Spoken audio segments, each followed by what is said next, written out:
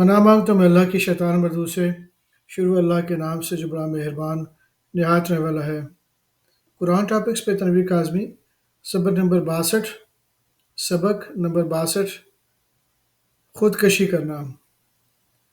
سورہ النساء نمبر 4 آیت نمبر 29 سے 31۔ مومنو، ایک دوسرے کا مال ناحق نہ کھاؤ، ہاں اگر آپس کی رضامندی سے تجارت کا لین دین ہو اور اس سے مالی فائدہ حاصل ہو جائے تو وہ جائز ہے، اور اپنے آپ کو ہلاک نہ کرو، کچھ شک ہی نہیں کہ اللہ تم پر مہربان ہے۔ اور جو زیادتی کرتے ہوئے اور ظلم سے ایسا کرے گا تو ہم اس کو عنقریب جہنم میں داخل کریں گے، اور یہ اللہ کو آسان ہے۔ اگر تم بڑے بڑے گناہوں سے جن سے تم کو منع کیا جاتا ہے پرہیز کرو گے تو ہم تمہارے چھوٹے چھوٹے گناہ معاف کر دیں گے اور تمہیں عزت کے مکانوں میں داخل کریں گے۔ سورہ الانعام نمبر 6 آیت نمبر 151۔ کہو کہ لوگو، آؤ میں تمہیں وہ چیزیں پڑھ کر سناؤں جو تمہارے پروردگار نے تم پر حرام کر دی ہیں۔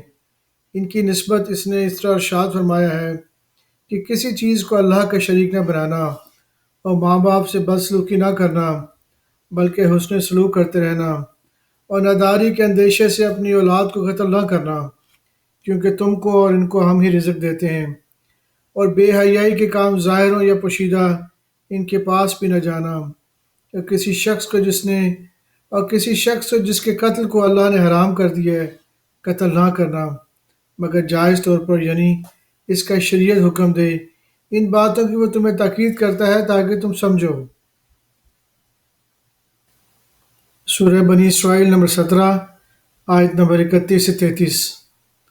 اور اپنی اولاد کو مفلسی کے خوف سے قتل نہ کرنا، کیونکہ ان کو اور تم کو ہم ہی رزق دیتے ہیں، کچھ شک ہی نہیں کہ ان کا مار ڈالنا بڑا سخت گناہ ہے۔ اور زنا کے پاس بھی نہ جانا کہ وہ بے حیائی اور بری راہ ہے۔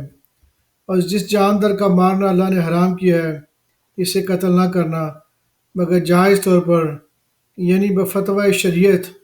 اور جو شخص ظلم سے قتل کیا جائے ہم نے اس کے وارث کو